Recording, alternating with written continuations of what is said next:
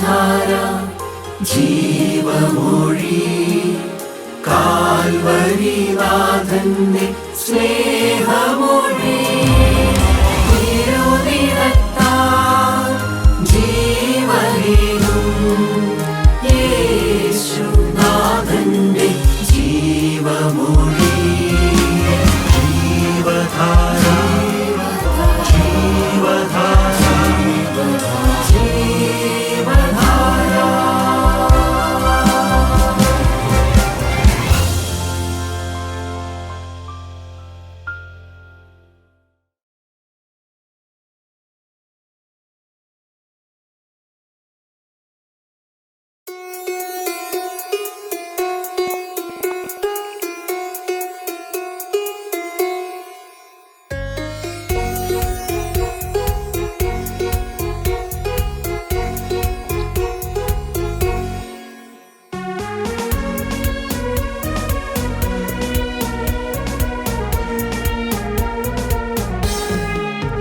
സ്തുതിഗീതം പാടി പുകഴ്ത്തിടുന്നേ മനുവേലനെ സ്തുതിച്ചു വാഴ്ത്തും സുന്ദരന മണവാളനെ സ്തുതിച്ചു വാഴ്ത്തും സുന്ദരന മണവാളനെ. അവനെന്റെ രക്ഷകൻ, അവനെനിക്കുള്ളോൻ ബലമുള്ള ഗോപുരം ആപത്തിൽ സങ്കേതം. അവനെന്റെ രക്ഷകൻ, അവനെനിക്കുള്ളോൻ ബലമുള്ള ഗോപുരം ആപത്തിൽ സങ്കേതം. അവന്റെ ചാരയോടിയണഞ്ഞവൻ ആശ്വാസമനുദിനവും. അവന്റെ ചാരയോടിയണഞ്ഞവൻ ആശ്വാസമനുദിനവും. സ്തുതിഗീതം പാടി പുകഴ്ത്തിടുന്നേ മനുവേലനെ സ്തുതിച്ചു വാഴ്ത്തും സുന്ദരന മണവാളനെ സ്തുതിച്ചു വാഴ്ത്തും സുന്ദരന മണവാളനെ.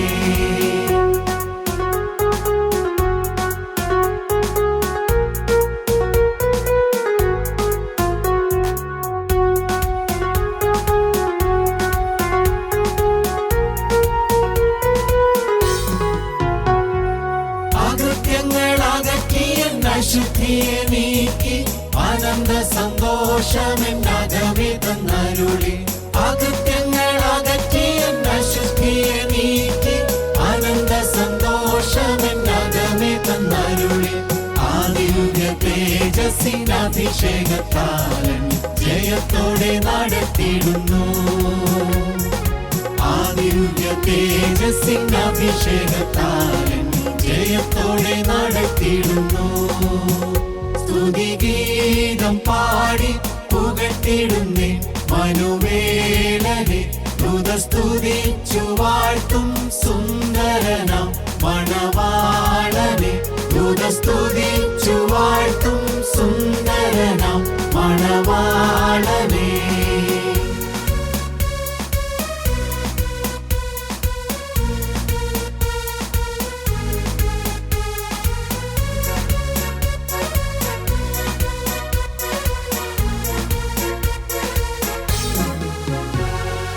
അനുദിന ഭാരങ്ങൾ അവൻ ചുമന്നിടുന്നു. അനവധി നന്മകൾ അളവന് തരുന്നു. അനുദിന ഭാരങ്ങൾ അവൻ ചുമന്നിടുന്നു. അനവധി നന്മകൾ അളവന് തരുന്നു. അവനുപനിധി അവസാനത്തോളം കാക്കുവാൻ ശക്തനല്ലോ. അവനുപനിധി അവസാനത്തോളം ശക്തനല്ലോ. സ്തുതിഗീതം പാടി പുകഴ്ത്തിടുന്നേ മനുവേലനെ സ്തുതിച്ചു വാഴ്ത്തും സുന്ദരന മണവാളനെ സ്തുതിച്ചു വാഴ്ത്തും സുന്ദരന മണവാളനെ.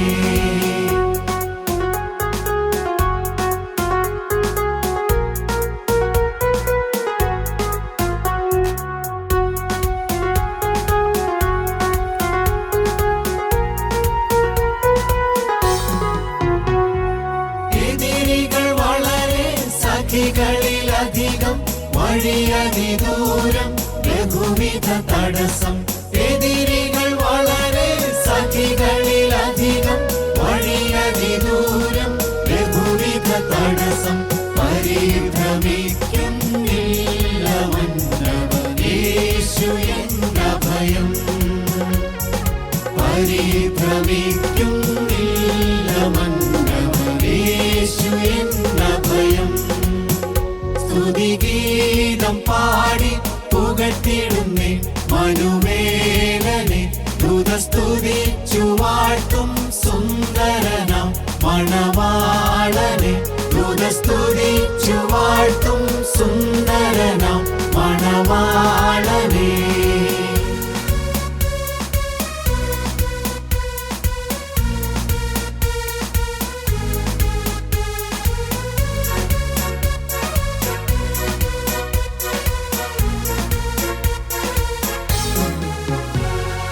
മരണത്തെ ജയിച്ചവൻ ഉയരത്തിലുണ്ട് അവിടെ എനിക്കൊരുക്കുന്ന ഭവനമൊന്നുണ്ട് മരണത്തെ ജയിച്ചവൻ ഉയരത്തിലുണ്ട് അവിടെ എനിക്കൊരുക്കുന്ന ഭവനമൊന്നുണ്ട് ആ വീട്ടിലെന്നെ ചേർത്തിടുവാൻ മണവാളൻ വന്നിടുമേ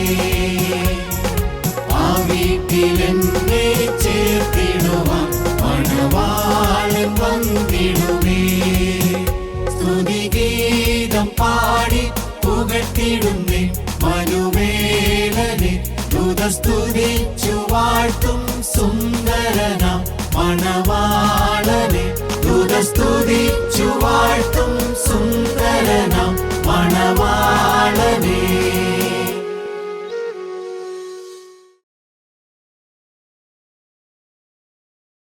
ത്രിയേക ദൈവത്തിന് സ്തുതി.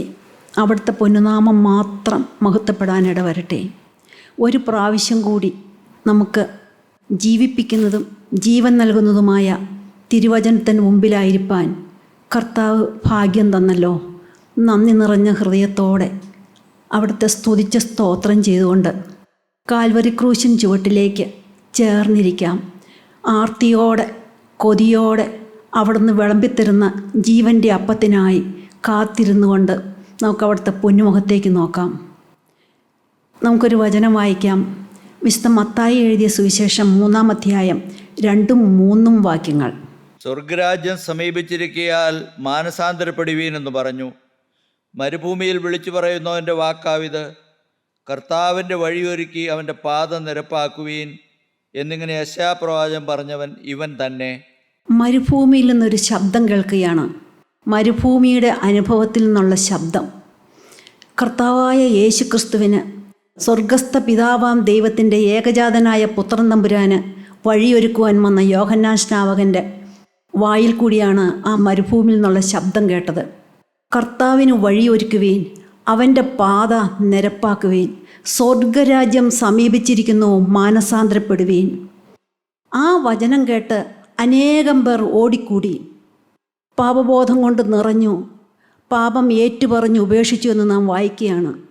വീണ്ടും യോഹന്നാൻ സ്നാപകൻ തടവിലായപ്പോൾ കർത്താവായ യേശുക്രിസ്തു തൻ്റെ പരസ്യ ശുശ്രൂഷ ആരംഭിക്കുകയാണ്. ഗലീല ദേശത്ത് അവിടുന്ന് വിളിച്ചു പറഞ്ഞു, സ്വർഗരാജ്യം സമീപിച്ചിരിക്കയാൽ മാനസാന്തരപ്പെടുവീൻ. വീണ്ടും നാം മത്തായിയുടെ സുവിശേഷം തന്നെ 6-ാം അധ്യായം 10-ാം വാക്യത്തിൽ നാം വായിക്കുന്നുണ്ട്. അവിടെ കർത്താവ് ഞങ്ങളെ പ്രാർത്ഥിക്കാൻ പഠിപ്പിക്കണമേ എന്ന് പറഞ്ഞ ശിഷ്യന്മാരോട് കർത്തൃപ്രാർത്ഥന ചൊല്ലിക്കൊടുക്കുകയാണ്. സ്വർഗസ്ഥ പിതാവേ എന്ന് വിളിച്ചുകൊണ്ടുള്ള ആ പ്രാർത്ഥനയിൽ കർത്താവ് പഠിപ്പിച്ചു, നിൻ്റെ രാജ്യം വരേണമേ, നിൻ്റെ രാജ്യം ഞങ്ങളുടെ മധ്യത്തിലേക്ക് എഴുന്നള്ളി വരേണമേ, പോരാ നിൻ്റെ രാജ്യം ഞങ്ങളുടെ ഹൃദയത്തിലേക്ക് എഴുന്നള്ളി വരേണമേ. ഇന്നും നാം ആ പ്രാർത്ഥന നാം ഓരോരുത്തരും പല പ്രാവശ്യം ചെല്ലുന്ന പ്രാർത്ഥനയാണ്. പക്ഷേ എത്ര പേര് ഹൃദയത്തിൽ ഉൾക്കൊണ്ടുകൊണ്ട് പിതാവാൻ ദൈവത്തോട് യാചിക്കുന്നുണ്ട്, നിൻ്റെ രാജ്യം എൻ്റെ ഹൃദയത്തിലേക്ക് വരണമേ. വീണ്ടും മത്തായിയുടെ സുവിശേഷം തന്നെ 10-ാം അധ്യായത്തിൽ കർത്താവ് തൻ്റെ ശിഷ്യന്മാരെ തിരഞ്ഞെടുത്തു. ഈരണ്ടീരണ്ടായി അവരെ അയക്കുകയാണ്. അവരോട് പറഞ്ഞു, സ്വർഗരാജ്യം സമീപിച്ചിരിക്കുന്നു എന്ന് ഘോഷിപ്പീൻ. പ്രിയപ്പെട്ടവരെ, 2000 വർഷം കഴിഞ്ഞിട്ടും ആ പ്രതിധ്വനി തൻ്റെ ആത്മാവിൽ കൂടി നാം കേൾക്കുകയാണ്. സ്വർഗരാജ്യം സമീപിച്ചിരിക്കുന്നു, മാനസാന്തരപ്പെടുവീൻ. എന്താണ് ഈ സ്വർഗരാജ്യം?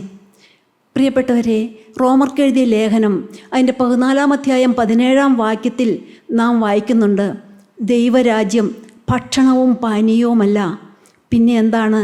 നീതിയും സമാധാനവും പരിശുദ്ധാത്മാവിൽ സന്തോഷവും അത്രേ.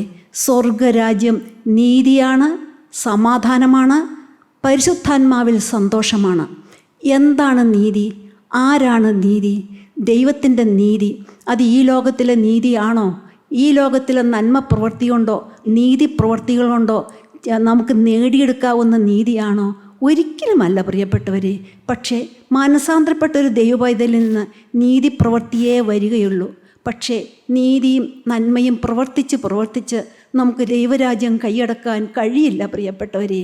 എന്താണ് ദൈവത്തിൻ്റെ നീതി? അത് ക്രിസ്തുവാണ്. 1 കൊരിന്ത്യർ 1:30 നാം കാണുന്നു, ദൈവത്തിങ്കൽ നിന്ന് ജ്ഞാനവും നീതിയും ശുദ്ധീകരണവും വീണ്ടെടുപ്പുമായി തീർന്നു. ക്രിസ്തു തന്നെ നീതി. എന്താണ്?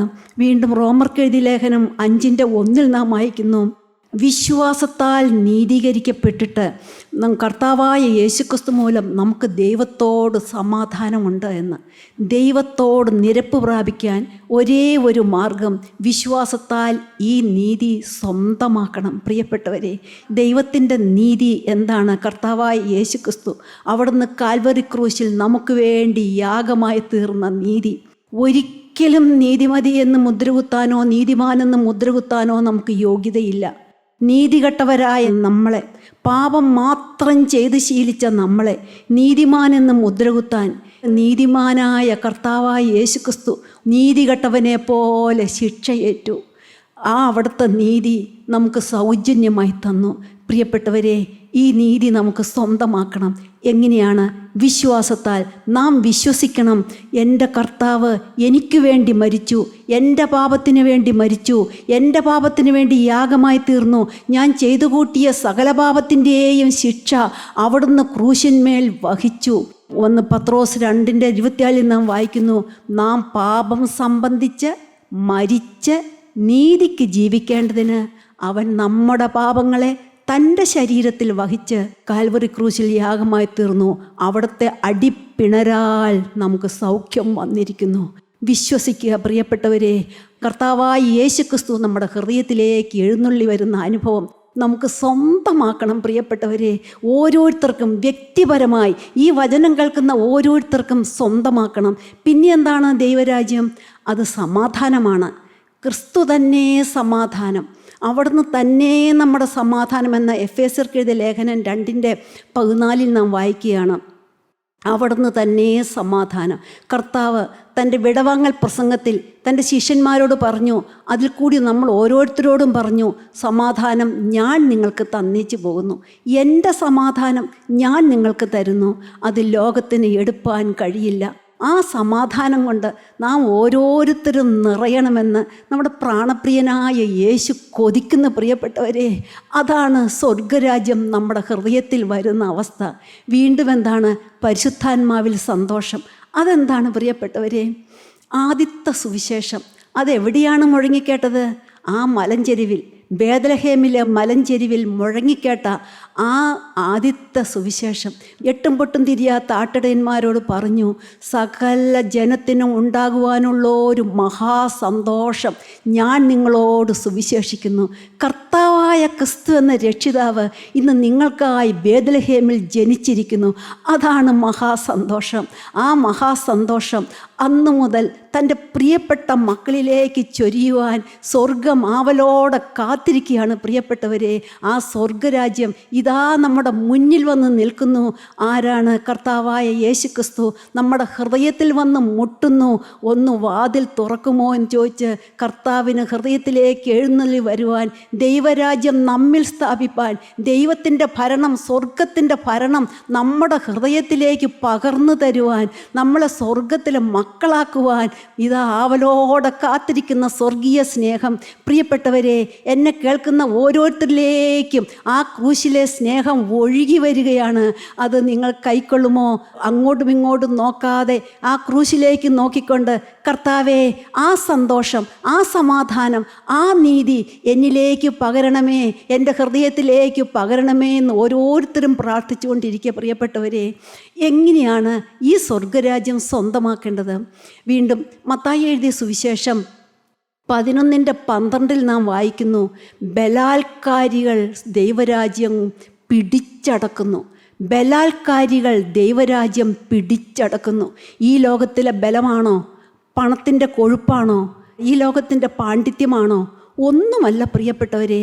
ബലാത്കാരികൾ, ആത്മീയ ബലാത്കാരികൾ പിടിച്ചടക്കുന്ന ആ സ്വർഗീയ സന്തോഷമാണിത്.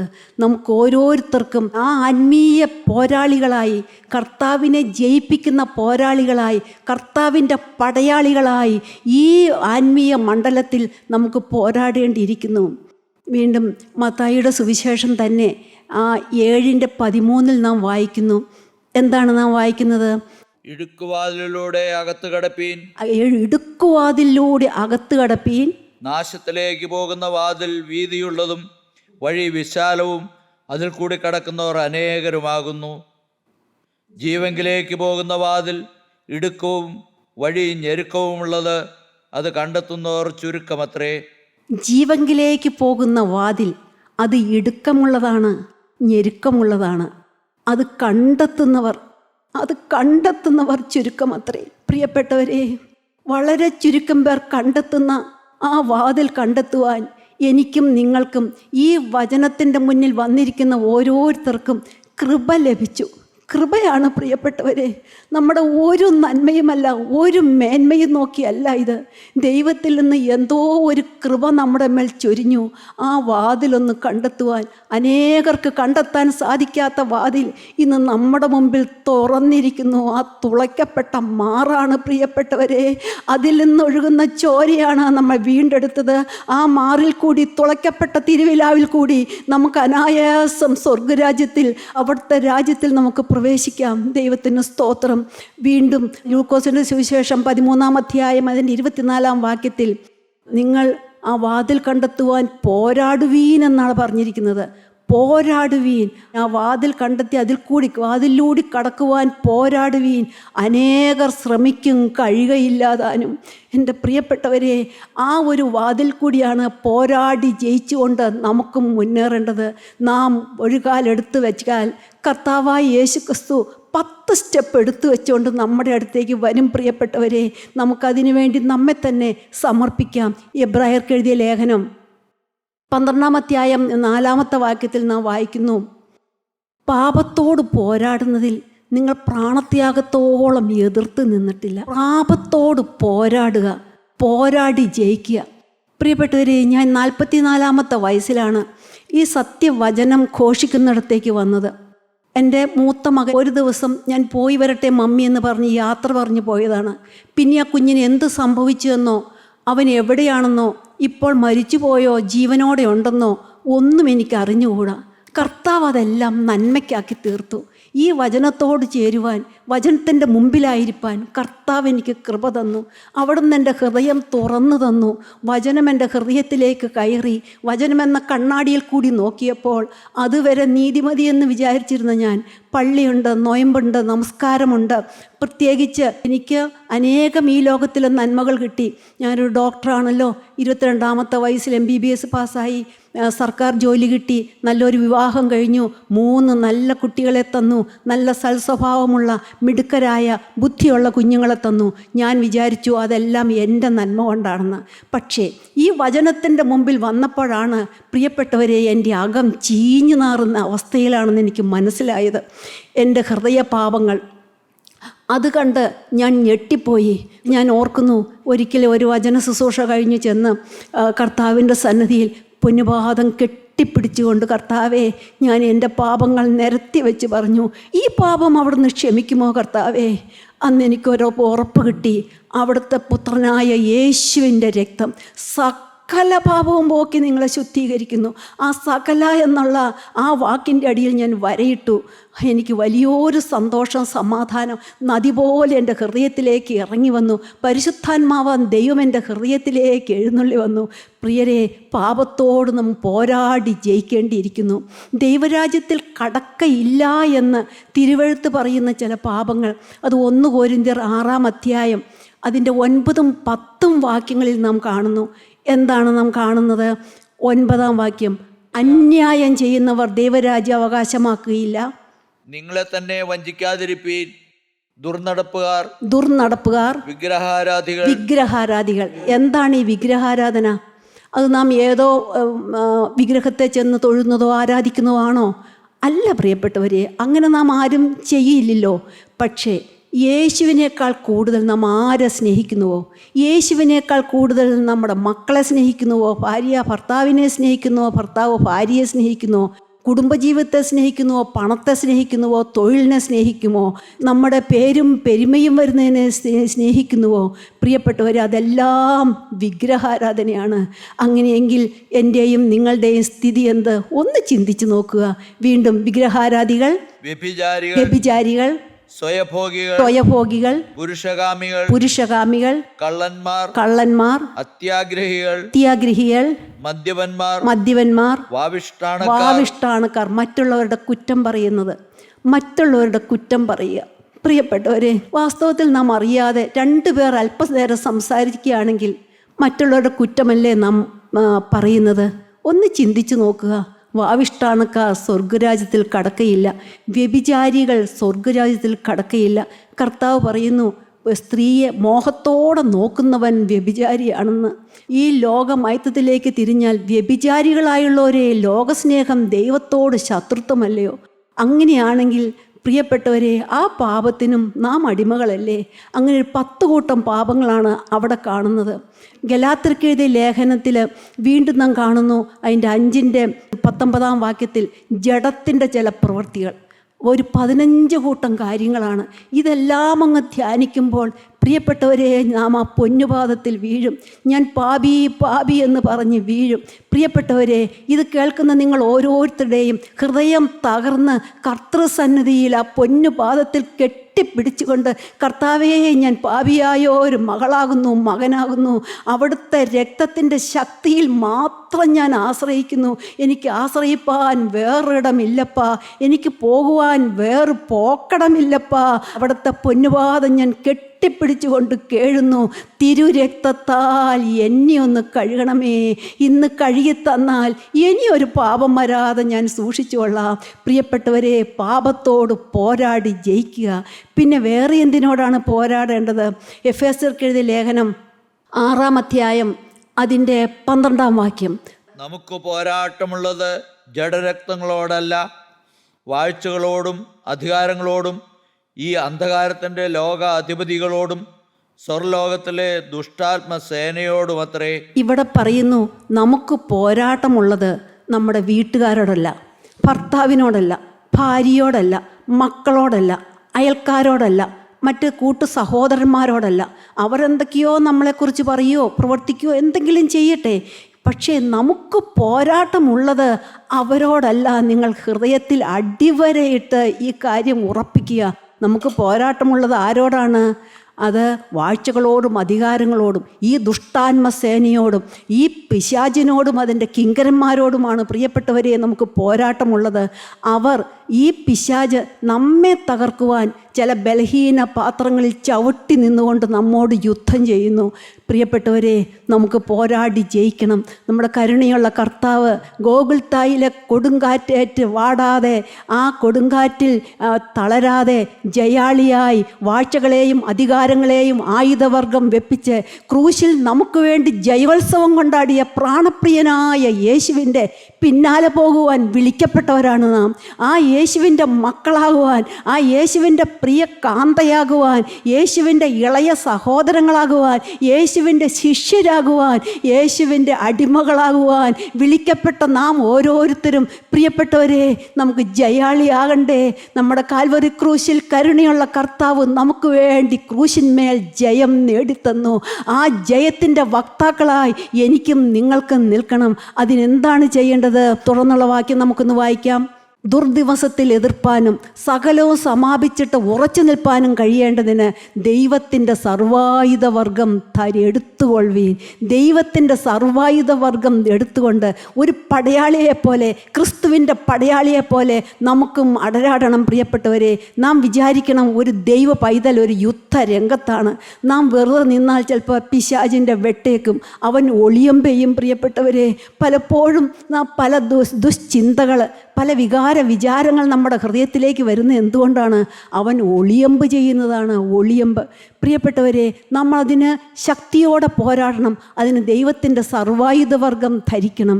സത്യം നമ്മുടെ അരയ്ക്ക് കെട്ടിയും നീതി എന്ന കവചം ധരിച്ചും സമാധാന സുവിശേഷത്തിനായുള്ള ഒരുക്കം കാലിന് ചെരുപ്പാക്കിയും എല്ലാറ്റിനും മീതെ ദുഷ്ടൻ്റെ തീയമ്പുകളെ കെടുക്കുന്നതായ വിശ്വാസം എന്ന പരിച എടുത്തുകൊണ്ട് നിൽപ്പീൻ.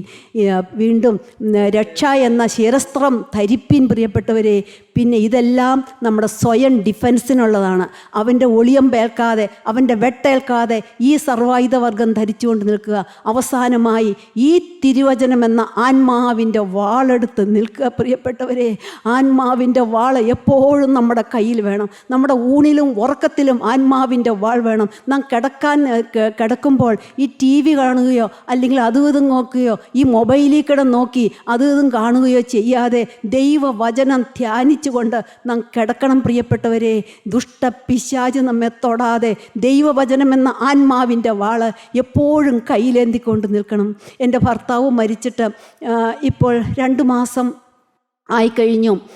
ഭർത്താവിൻ്റെ ശവശരീരത്തിന് മുമ്പിൽ പലരും ആദരാഞ്ജലികൾ അർപ്പിച്ചുവല്ലോ. അപ്പോൾ ഒരാൾ പ്രസംഗിച്ചു, നഷ്ടമാണ് ഈ വീട്ടുകാർക്ക്, ഭാര്യ വിധവയായി തീർന്നു, മക്കൾ അപ്പനില്ലാത്തവരായി തീർന്നു. ആ വിധവ എന്നുള്ള വാക്ക് കേട്ടപ്പോൾ എന്തോ ഒരു ഒളിയമ്പ് എൻ്റെ ഹൃദയത്തിലൂടെ കടന്നുപോയി. ഉടനെ ഒരു വചനം എൻ്റെ ഹൃദയത്തിലേക്ക് പാഞ്ഞു വന്നു.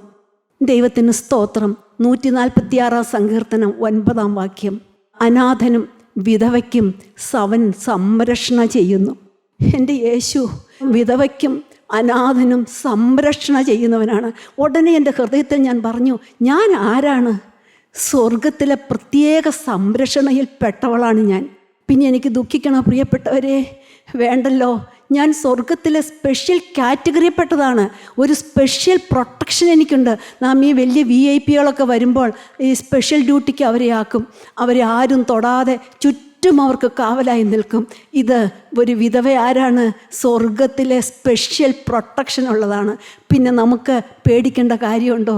പ്രിയപ്പെട്ടവരെ, എന്നെ കേൾക്കുന്ന ആരെങ്കിലും ഈ രീതിയിൽ കൂടി വിരഹവേദനയിലൂടെയോ വിയോഗത്തിലൂടെയോ കടന്നു പോകുന്ന ആരെങ്കിലും ഉണ്ടോ? ഞാൻ അനാഥയാണെന്ന് ചിന്തിച്ചുകൊണ്ടിരിക്കുന്നവരുണ്ടോ? അങ്ങനെയെങ്കിൽ ഞാൻ മരിച്ചാൽ കൊള്ളാമെന്ന് വിചാരിച്ചുകൊണ്ടിരിക്കുന്നവരുണ്ടോ? ഒരിക്കലും പാടില്ല പ്രിയപ്പെട്ടവരെ. നാം സ്വർഗത്തിൻ്റെ സ്പെഷ്യൽ സംരക്ഷണയിൽപ്പെട്ടവരാണ്. നാം ആ വചനം ഉൾക്കൊള്ളുക, പറയുക. എപ്പോഴും നാം ഈ വിഷമിച്ചിരിക്കുമ്പോഴൊക്കെ തിരുവചനം ഉള്ളിൽ ധ്യാനിച്ചുകൊണ്ടിരിക്കുക. നാം നിരാശ വരുമ്പോൾ കർത്താവിൻ്റെ പാദത്തിലേക്ക് ചെന്നിരുന്നുകൊണ്ട് പറയണം, കർത്താവേ, അവിടുന്ന് പറഞ്ഞിട്ടുണ്ട്, ഞാൻ നിന്നെ ഒരു നാളും തള്ളിക്കളകയില്ല. എൻ്റെ അടുക്കൽ വരുന്നവനെ ഞാൻ ഒരു നാളും തള്ളിക്കളകയില്ല, ഉപേക്ഷിക്കുകയുമില്ല. നാം പറയണം, കർത്താവേ, അത് അവിടുത്തെ വചനമാണ്, ഞാനത് ഉൾക്കൊള്ളുന്നു. പിന്നെ അവങ്കിലേക്ക് നോക്കിയവർ പ്രകാശിതരായി, അവരുടെ മുഖം ലജ്ജിച്ചു പോയതുമില്ല. ഈ നിൻ്റെ സാക്ഷിയെ ലജ്ജിക്കാതെ നിർത്താൻ എൻ്റെ കർത്താവിന് കഴിയും. എൻ്റെ മുഖത്തെ പ്രകാശമാനമാക്കുവാൻ എൻ്റെ കർത്താവിന് കഴിയും. അവിടുത്തെ മുഖപ്രകാശം എന്നിലേക്ക് ഉദിപ്പിച്ച് എൻ്റെ മുഖം ശോഭയുള്ളതാക്കാൻ, ഞാൻ നിരാശയായി കീഴോട്ട് നോക്കിയിരിക്കാതെ എന്നെ പ്രകാശമാനമാക്കുവാൻ എൻ്റെ കർത്താവിന് കഴിയും. ഉറച്ചു വിശ്വസിക്കുക.